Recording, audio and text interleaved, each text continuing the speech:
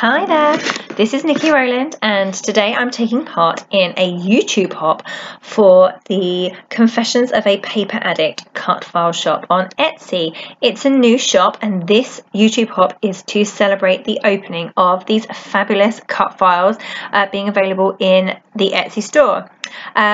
Virginia also has a fantastic Facebook group, so head on over there as well. She gives away some free cut files sometimes too. And there is a discount code for your first purchase, welcome 10, that's valid for the next week. Here is my little robot that I'm using for my layout today. And you can see that I have cut him 3 times.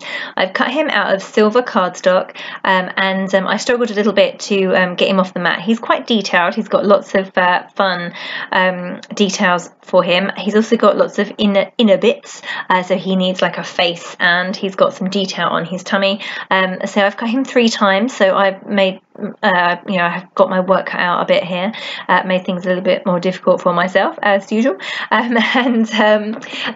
I've cut him 3 times, and what I'm planning to do is back him in different colours. Now I decided to do this manually and draw around him. However, the cut file is fairly flimsy because it's quite thin, and I've also cut them quite large, so I went back to my Cameo and I have cut the parts that I need from pattern paper the cheating way, using my silhouette machine rather than a pencil and scissors. That was way easier and saved me lots and lots of time. I knew straight away as soon as I started to draw around it that wasn't going to work. Yeah, I love the Cameo. So what I'm doing now is just trying to glue my background onto the robot cut file, and then I'm going to be able to add all of the detail to the middle. So if you can see what I'm doing here, I have used the large part of the face as a template. So I've put that onto the green section, and then I'm using it as a template to add all the little bits back into the right place on the robot. So I find this is a really great way of achieving detail like this on a cut file that does have inner pieces, and it's one of my favourite ways to make sure that I get my placement correct. Sometimes I guess and then things don't look right. So on this occasion I'm definitely using a template. Oh, and there he is. Doesn't he look really super cute, that robot in the green?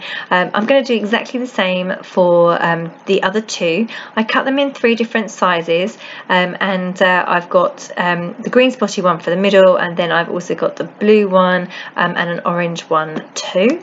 So I will just fast forward this bit so it doesn't take too long watching me stick all those little fiddly bits in the middle. Okay, so they're all back now, and don't they look cute? They're so awesome. I have 2 little boys in my house. One is 7 months old, and he is the subject of my layout today, and I have another crazy nearly 6-year-old, so lots of boy layouts made by me. I have a girl as well, so do some girly layouts for her too, but today I'm focusing on my little baby boy. I am using the Little Dude collection by Simple Stories. It's one that I've had in my stash for a little while, but haven't got around to using, so I thought this would be absolutely ideal for today's layout. Like I said, I cut the robots from silver card. I didn't want to use black, and I certainly didn't want to use white. They wouldn't have quite looked right. And I've just created my background using a piece of white cardstock, and I've stuck it onto a frame of blue and white pattern paper.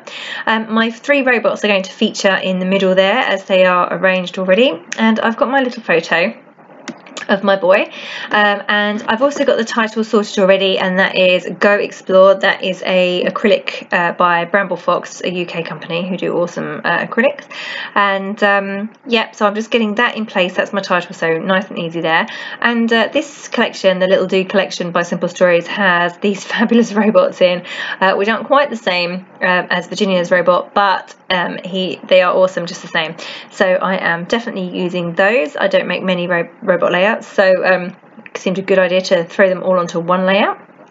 So I'm getting my robots stuck in place now. I'm sticking the top of the robot's heads with foam pads so that hers is some dimension, and I'm sticking their bodies flat so I've got somewhere to layer my photo on without too many bumps. As the robots take up so much room on my layout, I'm going to just keep my photo cluster fairly small. So I'm just mounting my photo just to give it a little lift. It's a rainbow coloured card, so that's awesome, lots of colours extra going in there.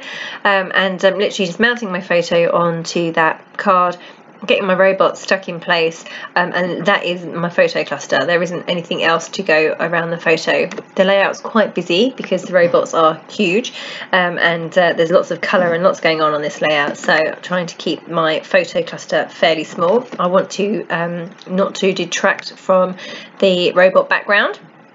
So just careful about how many more products I can pile onto one layout. I'm a fan of busy layouts, but still have to be careful about placement sometimes. So I'm now just going through the ephemera that's in the Little Dude collection and pulling out a few bits that are that work well for this layout. So I've already pulled out those little stars. I'm adding some extra star stickers now too. And I pulled out some those arrows that you can see below, and a little banner down the bottom as well underneath the title. Then there's a circle to the right of my photo which says "I love this kid." Perfect. Yeah, I'm just getting everything kind of stuck in place now, and finishing off my layout. So I've got that acrylic I'm just getting stuck down with glossy accents. I do find that because the acrylics are not pliable, they're solid, they can ping off sometimes, so I really try and stick them down with some really strong wet glue like a glossy accents. Just adding in some little stickers and things now, getting all the final details stuck down. So I like to give my layouts loads and loads of dimension, and if I can raise something on foam pads, generally I will do so. So those little arrows that you can see I'm raising on foam pads, even having to cut my tiny foam pads down even tinier to make them fit. And all of those stars that you can see on the background too are all raised on foam pads as well. I'm just adding a few little label stickers. I love these stickers that come in these collections with all the words on them, and they're so often so apt to whatever it is I'm trying to document. So I'm now pulling out some gorgeous sequins by Spiggle Mum Scraps. They are the best sequins in the world, and I'm just pulling out a few different colours from different mixes actually, to match the colours I've got in this collection. You saw that I scattered them around all over the place at that point, but actually I decided I didn't like that, and I thought a line across the bottom would ground my image, give my robot something to stand on, and add that little extra bit of sparkle over there too. So that's what I'm doing, and getting those all stuck down with glossy accents as well, my favourite glue, making sure they're all in place and where I want them.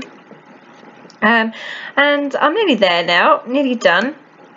My acrylic wouldn't sit still properly, was making the paper buckle slightly, so that's why I've just put my tape gun on there to hold it in place. It's a good trick. Disappear off for a little while and come back with after something heavy's been on there and it's stuck nice and tight.